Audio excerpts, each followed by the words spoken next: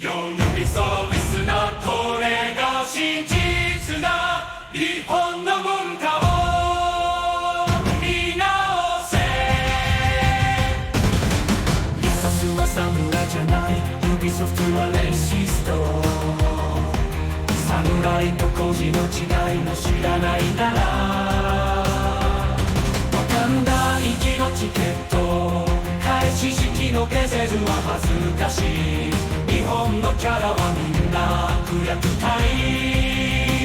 日本かわかんなどっちがリアルかわかるかい。一つは現実一つは幻想。弥助は本当に侍だったのか、fuchi、sayamaki、与えられた住まいを解説。皆さん、こんにちは。うちのチャンネル来てくれておきに、この動画は英語やけど楽しんでもらえたら嬉しいわ。So, if I can get this to work, was Yasuke really a samurai? We're going to be discussing the stipend, the scabbard, and the assigned residence. Now, I've recorded this video multiple times and I've had sound problems, so I'm doing it yet again. So we have to have a look at all the false information that is being spread online by people that have absolutely no clue what they're talking about. People such as this individual who thinks that they know something, but apparently they don't. If you are getting your information from Wikipedia or Reddit, or in this case, Quora, then you have issues, firstly. And secondly, this person calls himself a historian, but I have no clue how they can have that title if everything that they've written basically is wrong. And we're going to look at why it is wrong. Here is the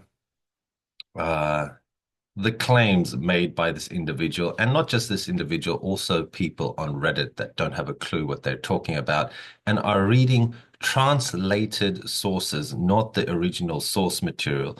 Today, we're going to have a look at the actual source material because I'm becoming increasingly frustrated by people using translations that don't even know what those translations means. So let's have a look. Yasuke was given a name. Yasuke was given fuchi, which is a stipend. Yasuke was given a residence.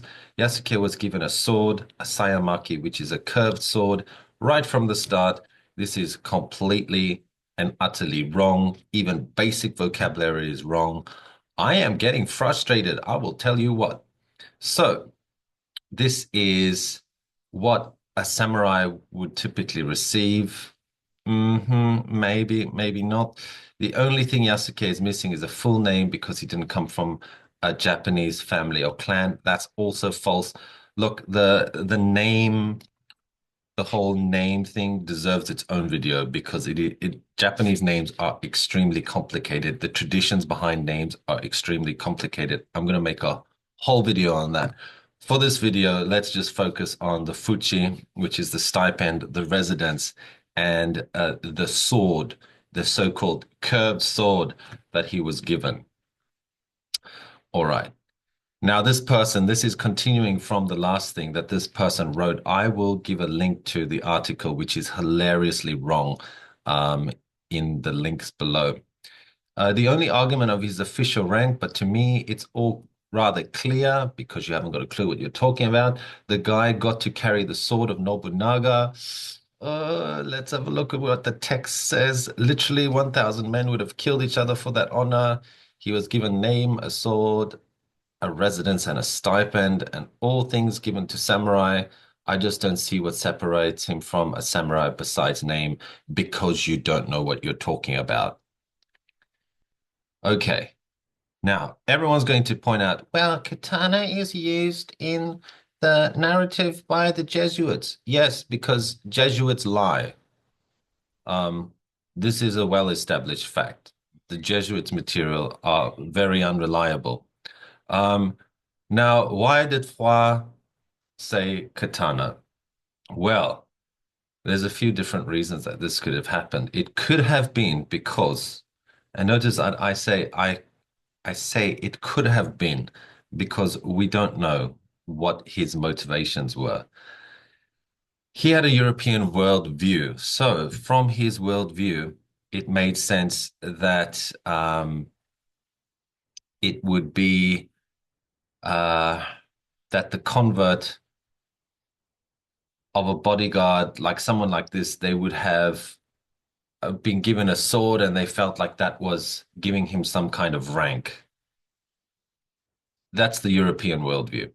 So, of course, as a Jesuit, he wants to show that his missionary work and his conversions, all these things are being very successful, which is what the Jesuits like to say in their reports. Um, Therefore, a foreigner, once a slave, is now dignified and armed in Japan under the Lord, who is very tolerant of Jesuits. It just shows how wonderful Jesuits are. Okay, that is the point of view that he might have taken. There's a problem, though. By the mid 16th century, this word katana in Portuguese was already a general term for Japanese swords, so they didn't really differentiate between the different types of swords. There's no fine distinction in the Iberian languages between katana or tachi or wakizashi or sayamaki or kazirito. It's all just a katana back then to them. They didn't really know the difference. So even Japanese terms like to, and this character we're going to have a look at, this character that we call to, or ken, are often conflated or misapplied by people that don't understand the languages. If you have any concept of classical Chinese, you would very quickly note the difference.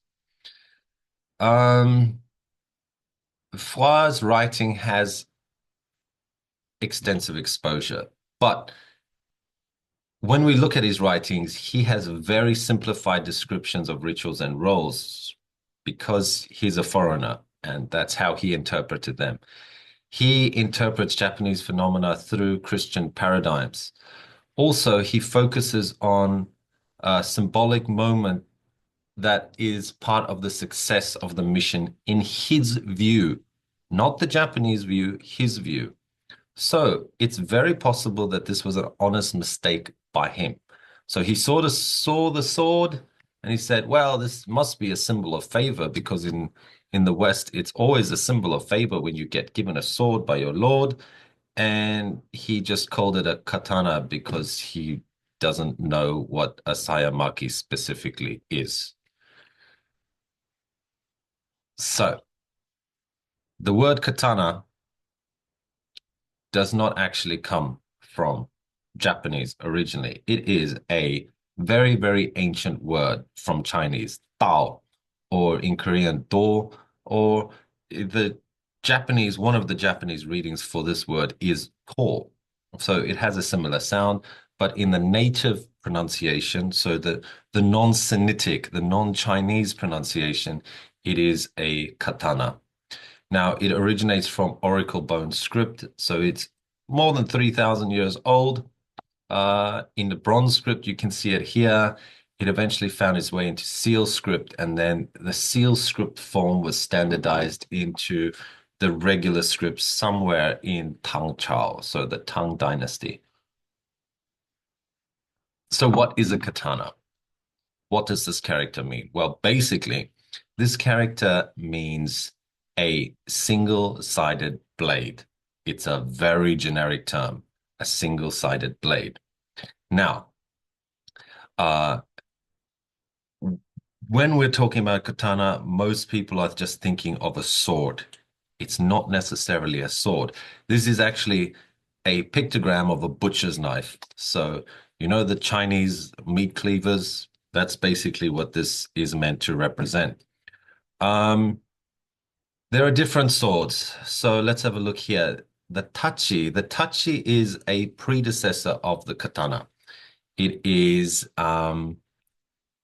worn edge down, and it was used especially during the Heian and Kamakura periods. It has two characters together, great or big, the ta, and then the chi is the sword section there, which is another reading for the katana part of the pictogram. Now, the next one, the uchigatana, is what most people are thinking of when they are saying katana. This is the modern understanding of katana. Okay, if you just said katana in the past, it could be any type of blade. But if you say uchi katana, we are talking now about the long sword. This is a specific battlefield styled sword. It is made as a striking sword. That is what these characters mean. It is designed for one-handed or two-handed combat, and this type of sword became common during Muromachi. It is designed in a way that it can strike. So it is not a ceremonial sword. It is made from folded steel. Different, right? Different to the kind of metal used in an ornamental sword where it's not being struck. If you use an ornamental sword against a uchi katana, it will cut through the sword and the person holding the sword. Now, there were also shorter swords here, like the wakizashi, and this kind of sword was made for close fighting, close quarter fighting, and also indoors, where pulling out a long katana is not going to be very useful to you, and it's probably going to get stuck on a doorway or something, and then you're going to get stabbed by your foe. So the wakizashi is a shorter sword, and basically it's made up of two words, the waki part, which is side. In Korean, we would say hyop, and then insert or carry is the sashi part, which is do in Korean. So there's also the kodachi, and this is small. Literally, it means small tachi. So small, big sword, if that makes sense. It's shorter than a regular tachi or the uchigatana, but it's a bit longer than a wakizashi. And it's often ceremonial, or sometimes it was used by young people, or even in very rare cases, women had one. But prior to Hideyoshi's sword hunt, okay, katanagari, that was in 1588. And prior to this time, swords were just practical tools of war. People had them for self-defense. Samurai had them, but peasants, monks, rebels, they all had access to these kinds of blades. It's only after the katanagari that the katana, what we're calling katana here, is the uchigatana and the wakizashi. This pairing became a symbol of samurai after 1588, way after Yasuke was there. So arguing this is arguing from the wrong time period. You're arguing Edo rules for Sengoku. This did not make him a samurai because the rule did not exist yet. You're retroactively applying a rule that did not exist yet. That is a very, very bad historical practice. So next, we're going to look at the Yomei manuscript. Now, this manuscript was in existence in a similar time to the events that happened with Nobunaga and with Yasuke. So as a result, it is a more accurate manuscript. So we're going to compare this one to another manuscript that was written much later. So it says, 키리시탄 군이 요리 그로 보즈 마리 소로 도시노 요아이 니즈로크 시치 또 미에타리 소노 미노 쿠로키 코토 우시のごとく彼男健やかに切るようなり、しかも強力中の人に勝りたり、バテレン召しつられ参り、お礼申し上げ、誠にご意向をもって、国婚受けたまわり、及ばざる三国の名罰、かよに急の者ども、こまごま拝見。ありがたきおことなり。So here's the translation that I wrote. A black monk. So here we have the word kurobozu. And let me see if I can actually write. Where's it gone? All right. Kurobozu. And this specifically refers to someone with a shaven head. It is descriptive, okay? It does refer to a monk as well, but it refers to monks because monks in Buddhist culture have generally shaven heads. And he appeared to have a shaven head. So he either had a shaven head or he had extremely short hair, which would also make the Assassin's Creed long-haired reggae style completely wrong. So much for the research there. But anyway, let's go through it. So this black monk, or basically a black bald guy, not necessarily a monk, from the Kirishitan Christian country, came to present himself or to visit. His age appeared to be around 26 or 27, and his entire body was as black as an ox. The man was robust and of good features. This is talking about his health. He looked healthy. Furthermore, he surpassed 10 strong men in strength. This is an idiom for very strong. He came in the company of the missionaries. Here it's calling them Bateren, which is referring specifically to the Jesuits, and he expressed his gratitude. Truly, with Nobunaga's great prestige, such rare and extraordinary sub-objects from 3 countries, unheard of in the past, were carefully observed, and it is to be greatly appreciated. Or, from the context, we greatly appreciate this opportunity kind of feeling to the text. Now, this is from Sengoku, this text. The style is from Sengoku. The Kanbun writing style is also from Sengoku. You can see from the grammar. It's a period piece, so it is contemporary to the events that happened or slightly after that period. It's interesting here that I see this mistranslated all the time.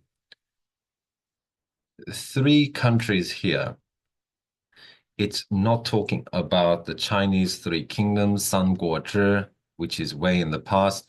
It's not speaking about 3 provinces of Japan, as some people have speculated. It's not saying that he was known in 3 different countries. No, it's talking about that nothing like this had ever happened in the 3 countries that are central to the world in Japan at the time. What are those 3 countries? Well, in Japanese literature, the 3 countries are specifically Tenjiku, which is referring to the land of Buddhism, which they call, which is how they used to call India. Then the next country is referring to the cultural center of the world, which is Xintan, which is China, because at that time, China was the center of the world and of culture. It's been long respected in Asia. And then also the third country is the country that is included, the country of the speaker, and that would be Wagoku, which is Japan. Now, the next document that we're going to look at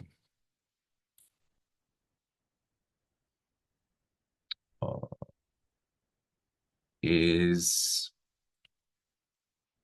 let me erase that. The next document that we're going to look at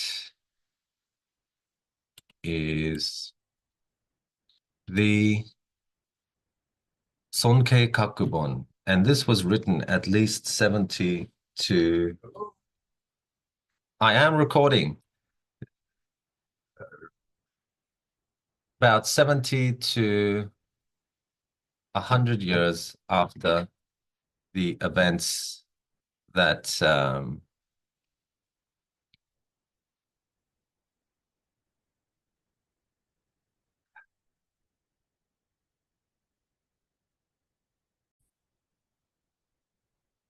So the next document that we're going to look at is the Sonkeikaku, which is written at least 70 to 100 years after the previous document that we just looked at. And it was recorded in the Edo period from a different line of documents. The previous one was from the Ota line of documents. This one is from the Maeda line of documents. And out of 70 different documents, this is the only one that includes this additional material. Now, factor in that this is written 70 to 100 years after the events, and also that it is the only document that has this information. So the authenticity of this is highly doubted. Now, the Sonkeikaku is respected in Japan as an Edo period document, not as a Sengoku period document. As a result, it is not really a very good document for understanding Sengoku period. But for some reason, all Westerners like to use this version because this is the version that is translated into English. So there's a over-dependence on this phrase here and this document without realizing that it is not contemporary and that it is, in fact, an Edo period work. I'm saying this again and again because this is the main point. So let's read through it.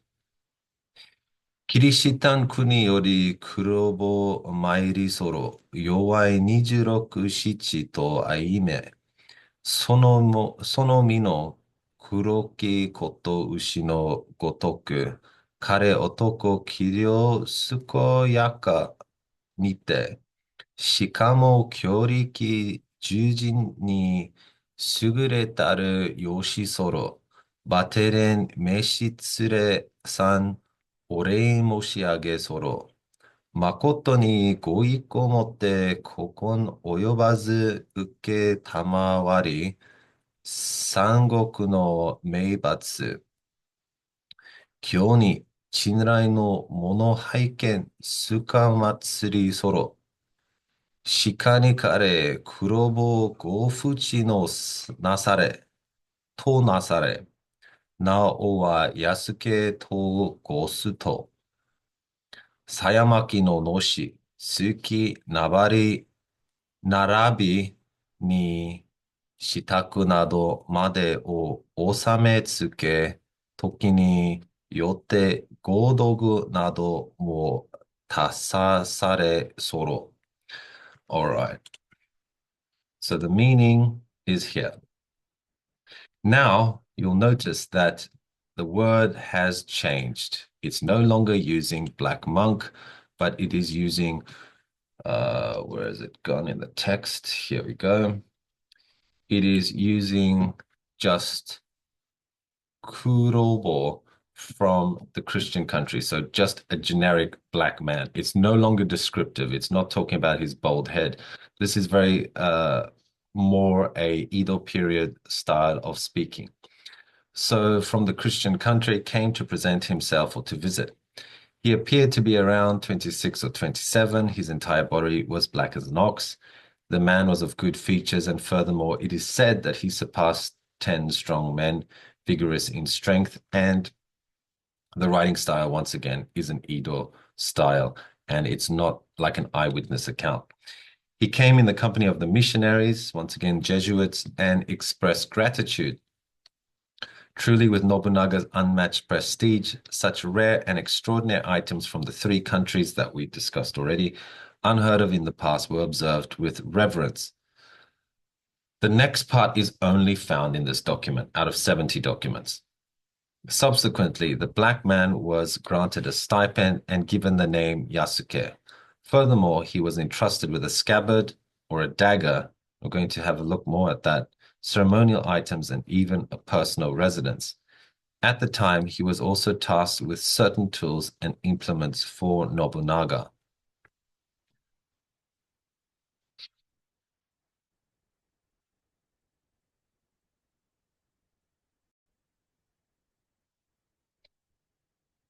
So, as we saw at the outset, the word sayamaki was completely erroneously applied to a curved sword. And we're going to have a look at what a sayamaki actually is. So saya basically means a sheath or a scabbard, and then maki means to wrap or to roll. The kanji for saya is here. Let me circle that for you so you can see it. All right, saya.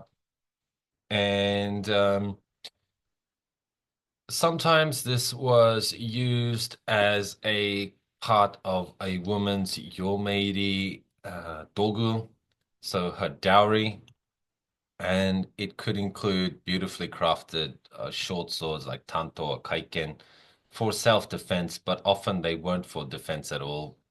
They were just for decoration, basically an ornamental weapon. You can think of the kinds of samurai swords that people put in their houses today as replicas or as kind of display models. That kind of sword, the metal in it, is definitely not designed for a fight.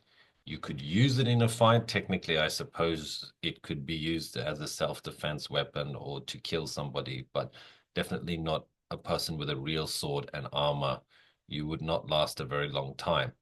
Now, there's different ornamental fittings, and those include the saya, which is the scabbard itself, the sayamaki, which is this wrapping that you can see for the scabbard, the tsuba, and the tsukamaki, which are the handle wrappings that they have. So this is a basic type of sayamaki that you can see in the image here.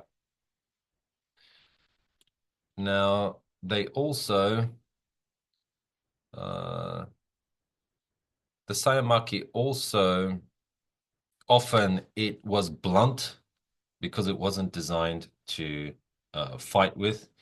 And because it was just to display, sometimes there wasn't even a blade in it.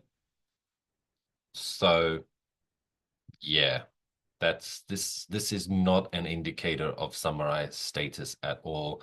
And if you told this to a Japanese historian that was a serious historian, they'd probably laugh at you politely. The other argument is fuchi, because samurai were given fuchi, but half a truth is a whole lie. So let's have a look. If we're considering Sengoku and Edo period texts, there's a very large amount of people that get fuchi. So the use of fuchi or stipend to argue for samurai status is not only deeply erroneous, it is ahistorical. Fuchi was also given to servants, to sumo wrestlers, and to a whole bunch of other non-samurai personnel in Sengoku and sometimes even in Edo periods. To sustain the feudal system, daimyo provided stipends or stipends, fuchi, a form of economic support, and this was measured in koku.